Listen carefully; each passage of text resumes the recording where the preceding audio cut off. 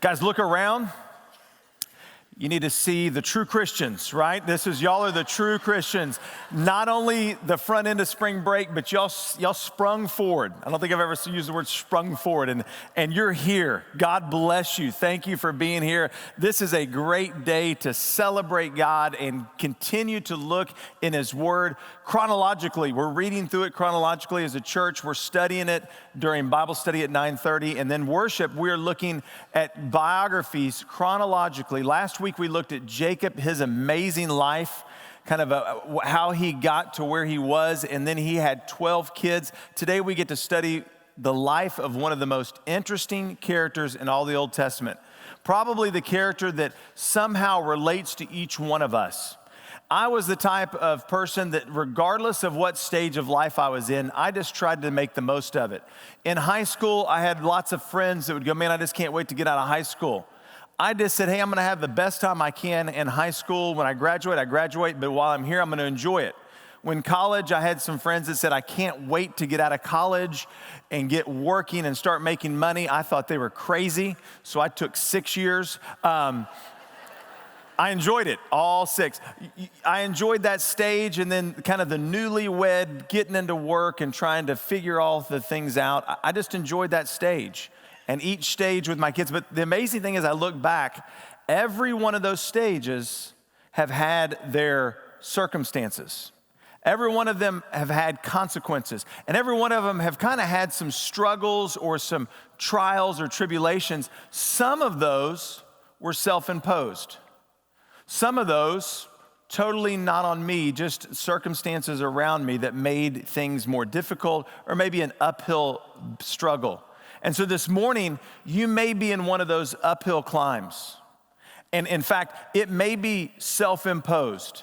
Maybe you did something, said something, made a decision a year ago or a month ago or this morning. And right now, you're feeling the implications of that decision. Or it may be something totally removed from your responsibility. You may be in the fight of your life and based nothing on what you did. So I think when we look at the life of Joseph, we see someone who his roller coaster ride was so dramatic. And yet, the Bible says he was a successful man. In fact, in Genesis 39:2, it talks about God being with Joseph and made him successful. Now, if I asked you as you walked in to define what you thought success was, you know what, if you have a son or a daughter and you go, man, they're gonna be a success, write down some bullet points of what you think success would be. You wouldn't list things like sold into slavery, imprisoned, forgotten, falsely accused.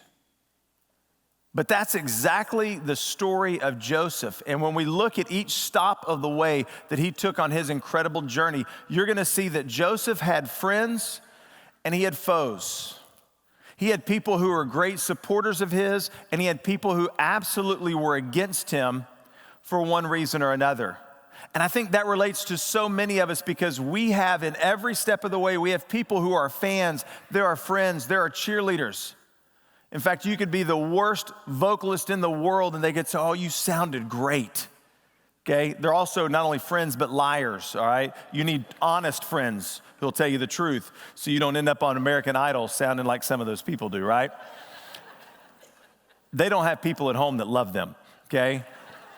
But you have those friends, and then sometimes you walk with such great light and hope and such great favor with people that it makes your success, your outlook, your hope, your positive nature makes people not like you just because you're always in a good mood, you're always full of joy, you're always full of hope. And that's exactly the stop that Joseph makes on the first one. If you have your Bibles, open them up. We're like January 14th. We're gonna start off in Genesis 37. And you see stop 1 was his family. And stop 1, he was 17 years old when this verse was written in 37:3. And you see a little bit of what allowed Joseph to face a little bit of adversity in the beginning. It says, now Israel, who was also Jacob, loved Joseph more than all of his children because he was the son of his own age. Now, so if you remember last week, Jacob actually was hurt in a very painful and deep way because his dad favored his older brother Esau. And yet he still repeats the sin of his father. Do you see this? Even though he was hurt by his father showing favoritism, right now, Jacob, or Israel, remember he got renamed last week, favors Joseph. Now, if you have 12 kids and you favor one of them, that is not a recipe for success, okay? But he favors him. He was a son of his old age, and also he made him a tunic of many colors. Now, if you were raised in church and you were back in Sunday school, you drew the picture of Joseph's multicolored coat, right? And that's what he got. Everyone else just got hand-me-downs. Everyone else got plain, one-colored, gray, black, brown, earth tones. And here, Joseph gets the multicolored coat, the coat of many colors. And he wears it with pride. Some people will say to kind of rub it in his brother's face, because that's people who have siblings. That's what they think, okay? If you don't have siblings, you think, man, maybe he was just proud of the coat that his dad gave him. But that created his foes. And his foes were his 10 older brothers. Look at the next line. It says, but when his brothers saw that their father loved him more than all his brothers, they hated him and could not speak peaceably to him. Verse 5, now Joseph had a dream and he told it to his brothers, and they hated him even more. I'm going to tell you about the dream in a second, but 8b says, after he explains the dream, it says, so they hated him even more for his dreams and his words. See, the first stop in Joseph's life is really a stop of favoritism from his dad and hatred from his brothers. And it's not just a sibling rivalry like you had and like I had. It wasn't just, we were always competing, we were always making jokes and getting digs on one another. It was a hatred. And it was mainly because of a few things. Yes, his dad showed him favoritism by giving him a coat. But he also, right before that, came in and said, hey, Dad, I watched all of my older brothers out in the field, and they're not doing a good job taking care of the sheep. Okay, that's not how you win favoritism with your brothers, right? You don't just point out their flaws, but that's what you do as a little brother. Hey, look at him, he did it. And then his dad gives him, and then he has this dream. And it's this dream where not only are all of his brothers gonna bow down to him, but even his dad and his parents and even people in high position will all bow down to Joseph. And Joseph, to have this dream is not a problem. To tell his older brothers, that may have been a mistake, okay? Hey guys, you're never gonna believe this dream that I had. This dream where all of y'all are gonna bow down to me. And he's 17-year-old punk little kid, right? And so they hated him with a passion.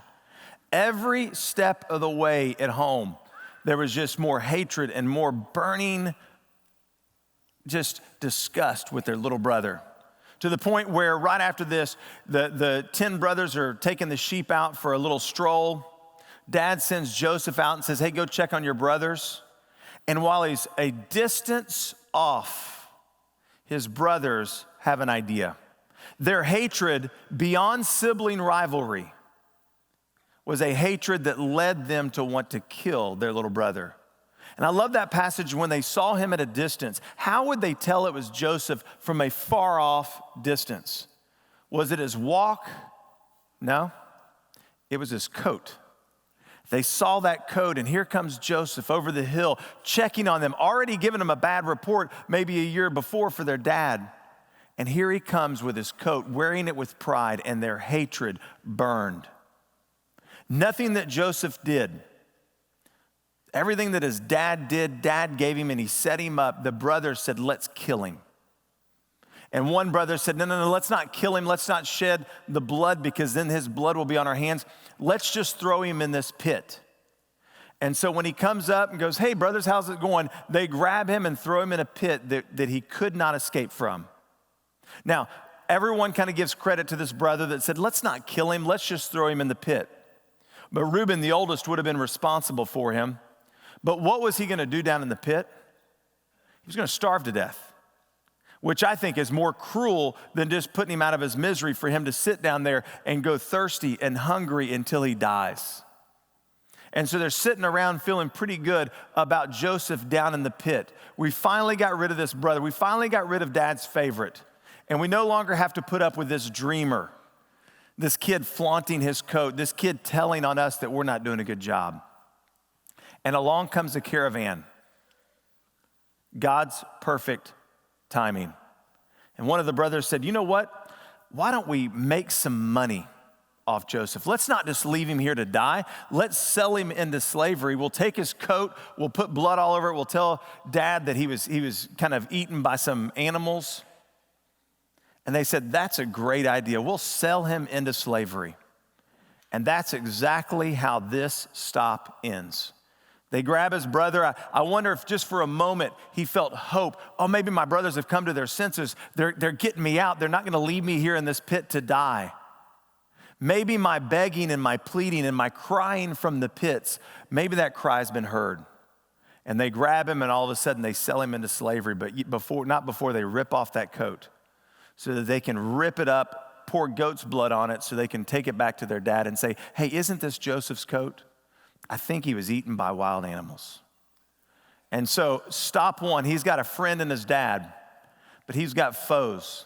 And his circumstance is one that is terrible. His circumstance is one that we cannot imagine. His circumstance we can't relate to. I don't think any of us by our own siblings have been beaten, thrown down to a pit, and sold into slavery.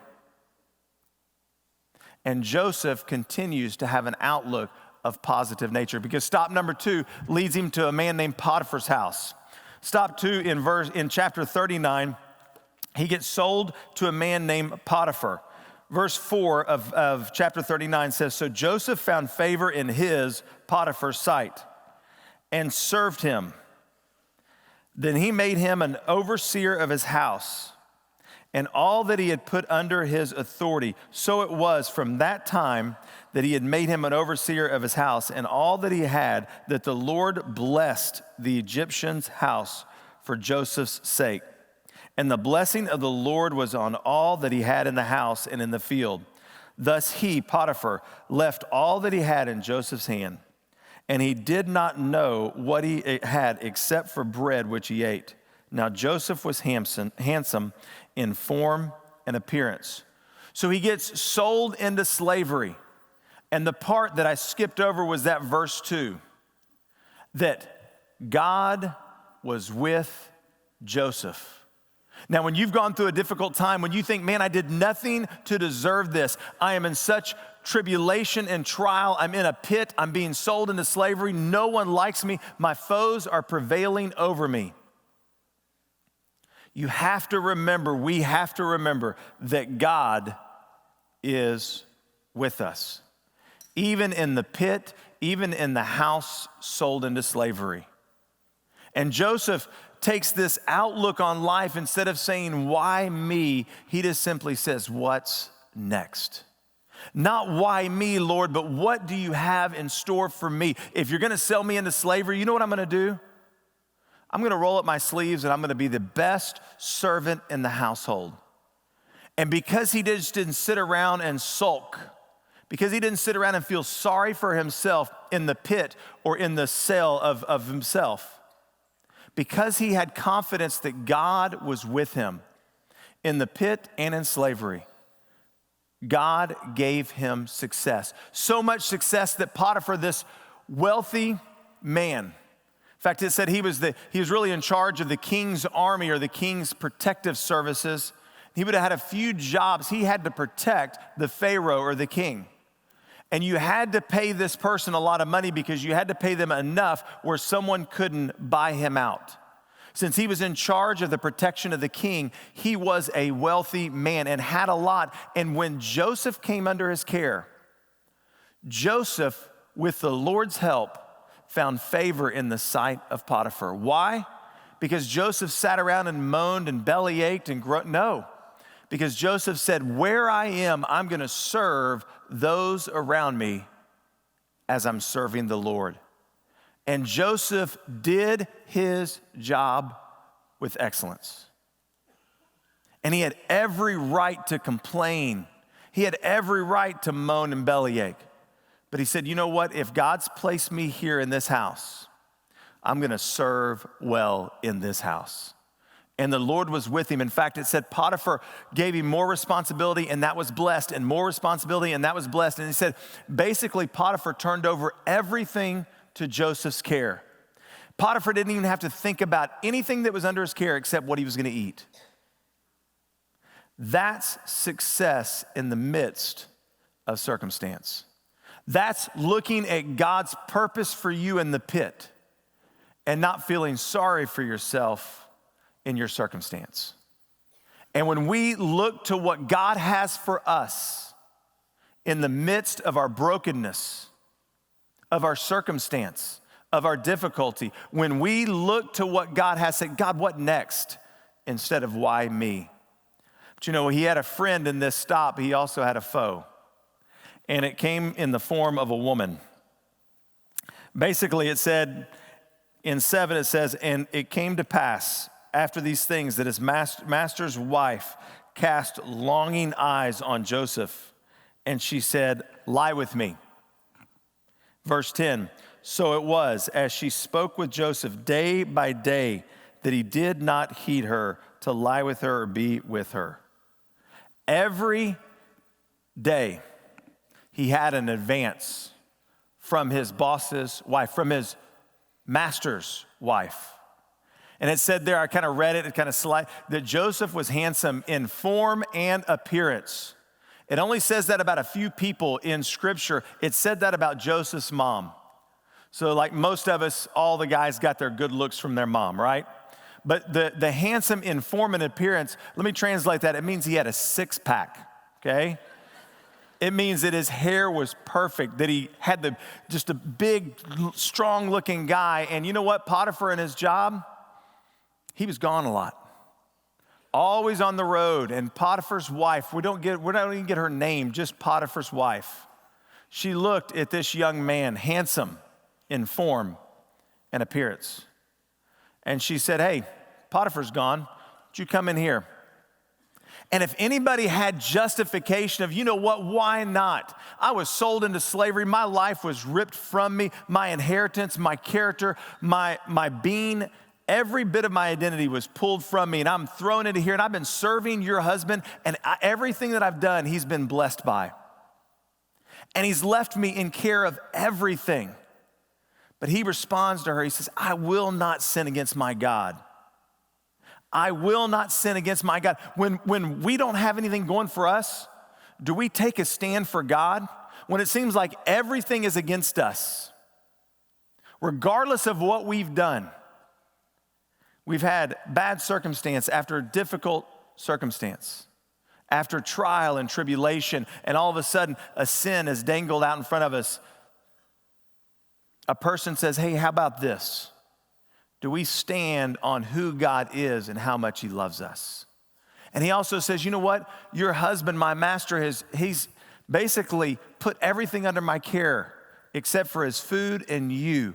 I will not do that to my master. He is his owner. He has bought him. And he still shows great loyalty. Why? Because God was with Joseph. And you think, man, he did the right thing. God's gonna bless him for that, right? When we make the right decision, when we stand strong for God and his purpose and his plan for our lives, God always blesses us, right? Well, what happens in this story is one day Joseph comes in, Potiphar's wife is there, looks around and no one else is in the house. She says, hey, come lie in my bed. Come be with me. And he says no, he refuses like he had time and time and time before. And she grabs him to make a sexual advance and to force him into bed. And she grabs his tunic and he runs away from the temptation of sin. And she's standing there mad that she's been denied yet again with his tunic. And what does Potiphar's wife do as the foe, as the frustrated woman who's been refused? probably neglected by her husband, now refused by this good-looking young man. She yells, "Rape."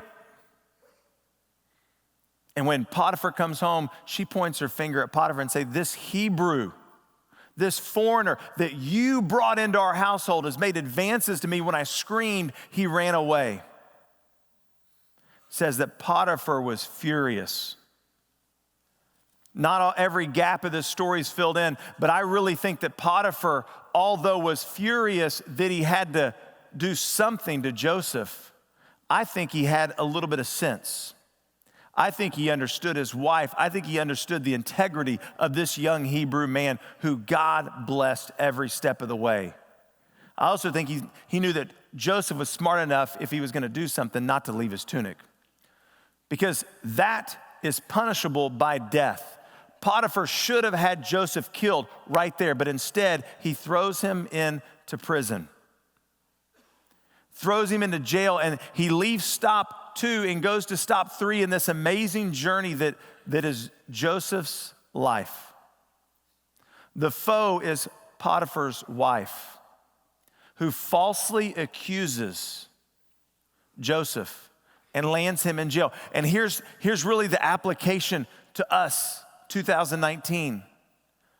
And this is a difficult application. Sometimes when you and I stand for truth, sometimes when we do the right thing, when we're obedient to God and his plan and purpose for our lives, sometimes it doesn't work out like a Disney movie. Sometimes it's not happily ever after in the immediate. Sometimes right then when we stand, it's not just everyone celebrating our faithfulness. Sometimes there's a false accusation because our foes who are against God and his plans and purposes, who are against God's word, our foes don't always fight fairly. Our foes sometimes falsely make up stuff. Our foes sometimes take what we've said or what we've done and they twist them to make us look bad. And sometimes when we stand for truth, it feels like we're getting just taken out at the knees. But don't be discouraged. Stand for truth. Stand for obedience. Be faithful in following God's plan and be prepared when Potiphar's wife comes calling. And resist sin and temptation. Flee from it, run from it, leave whatever you have to, and get as far away from sin as you can. And the circumstances, although right now we see are negative, in the end you will see that God works good in all those who love him and are called according to his purpose. Stop number 3 is his prison. And he lands himself in prison, and just as he is done, God is with him. His outlook, his work ethic continues to be wonderful. It says in verse 31, it says, but the Lord was with Joseph and showed him mercy, and he gave him favor in the sight of the keeper of the prison. And the keeper of the prison committed to Joseph's hand all prisoners who were in prison. Whatever they did, it was his doing. The keeper of the prison did not look into anything that was under Joseph's authority because the Lord was with him, and whatever he did, the Lord made it prosper. Now think about that. If I would have started with whatever he did, the Lord made it prosper, you would have thought about somebody who was real wealthy, who had a large church, had a large following, great family. Everybody did exactly what he was doing. He's describing a prisoner. And so if we described a successful man or woman, you wouldn't say, well, he lands himself or herself in prison. But yet Joseph, in the midst of being falsely accused and in prison, says, you know what? I'm not going to say, why me, Lord? I'm going to say, what next? I'm going to honor you by working through this circumstance. And he was the model prisoner. In fact, so model that the prison keeper said, you know what, you're in charge. And again, his work ethic and his outlook on life through his circumstance allowed God to use him in an incredible way. And Joseph's in prison and he's in charge of the prison. And one day he's walking through and he sees these two men that were under the king's care, or the Pharaoh's care, and they look downcast. He says, guys, what's the problem? He says, well, we both had dreams and we don't know how to interpret them. And Joseph says, hey, the dreams and the interpretations belong to the Lord. And these men tell Joseph their dreams. And Joseph rightly interprets both of them. In fact, the cupbearer has this dream, and basically Joseph says, you know what, in a few days, you're going to be released from prison and reinstated as the king's cupbearer, which was a very important position in that day. And the cupbearer was like, I'm so thankful for that interpretation, thank you. And Joseph said, hey, do me a favor. I've been falsely put into prison. I don't belong here. I've been serving. I'm a man of integrity. I'm a man who follows the Lord. I'm a man who's been blessed by the Lord, even in the bad circumstance that I'm in. So just remember me before the king or before Pharaoh. And the cupbearer says, got it. Sure enough, a couple days later, he's released back in the king's presence. He has the audience of the Pharaoh to listen and to to release Joseph. But it says that the cupbearer forgot Joseph. This man who had served him, who had led him, who had interpreted his dream and given him hope, as soon as he got on the outside, he forgot. And that's the end of stop 3. This is going to be a to-be-continued sermon because his stop 4 is where God really shows him where each stop on the way, each circumstance, each betrayal, each false accusation, each forgottenness was used to build the character of Joseph and bring him exactly where God could use him to redeem a people and to be a salvation for all of Israel. Next week is so cool because we're going to look at how Joseph was really just a picture of who Christ is 1,000 years later. But how did Joseph do that? There's one thing. We have to make sure that regardless of our circumstance, that we allow God to define us. It is not our circumstance. It is not our friends or our fans or our foes that define us. See, I think so often we can start reading our own press clippings and go, man, I really am doing good. And maybe you served some way and 8 people came and patted you on the back and said, man, you're great. You're the best teacher. You're the best greeter. You're the best whatever you just did. And we can start getting puffed up and listening to that and getting prideful in wearing our coat of many colors. And that can be a huge turnoff for the people around us. The more that we get puffed up and lift up ourselves, the more that people can't relate to us and love us and appreciate us. But we also can't allow our foes to define who we are. The betrayal, the hatred, the forgottenness, instead of looking to those negative circumstances, and instead of looking at the people who are trying to beat us down, sometimes it's falsely, sometimes it's totally made up, sometimes we deserve it. But we cannot let them define who we are. Instead, we have to let this define who we are, that the Lord is with us. He wants us to succeed, but we don't succeed in sulking and whining and complaining. We succeed when we say, God, not why me, but what next? And I'm gonna roll up my sleeves and I'm gonna work toward building your kingdom, being obedient to you, being faithful to your plan. And when I do that, even in prison, even in slavery, even in the pit, you will bless me. Is that where you are this morning? Are you in a pit? Are you in a prison? Are you enslaved by this world and its ideal for you?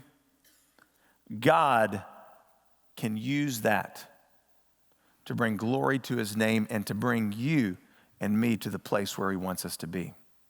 But you have to have the attitude of what next? You have to work toward building his kingdom and giving him glory and being faithful to him every step of the way. And it starts with giving our lives to him. It starts with letting go of everything that we are and what we've done and saying yes to Jesus Christ. Because just as Joseph was released out of the pit, we are rescued out of the pit of our own desires and efforts and lostness by the forgiving hand of Jesus Christ. It's called being saved. It's called giving your life to him and receiving not only even eternal life forever with him in heaven, but also abundant life here on earth. And that is the invitation this morning. Accept Jesus Christ and experience life abundant. Experience the forgiveness and the love of Jesus Christ.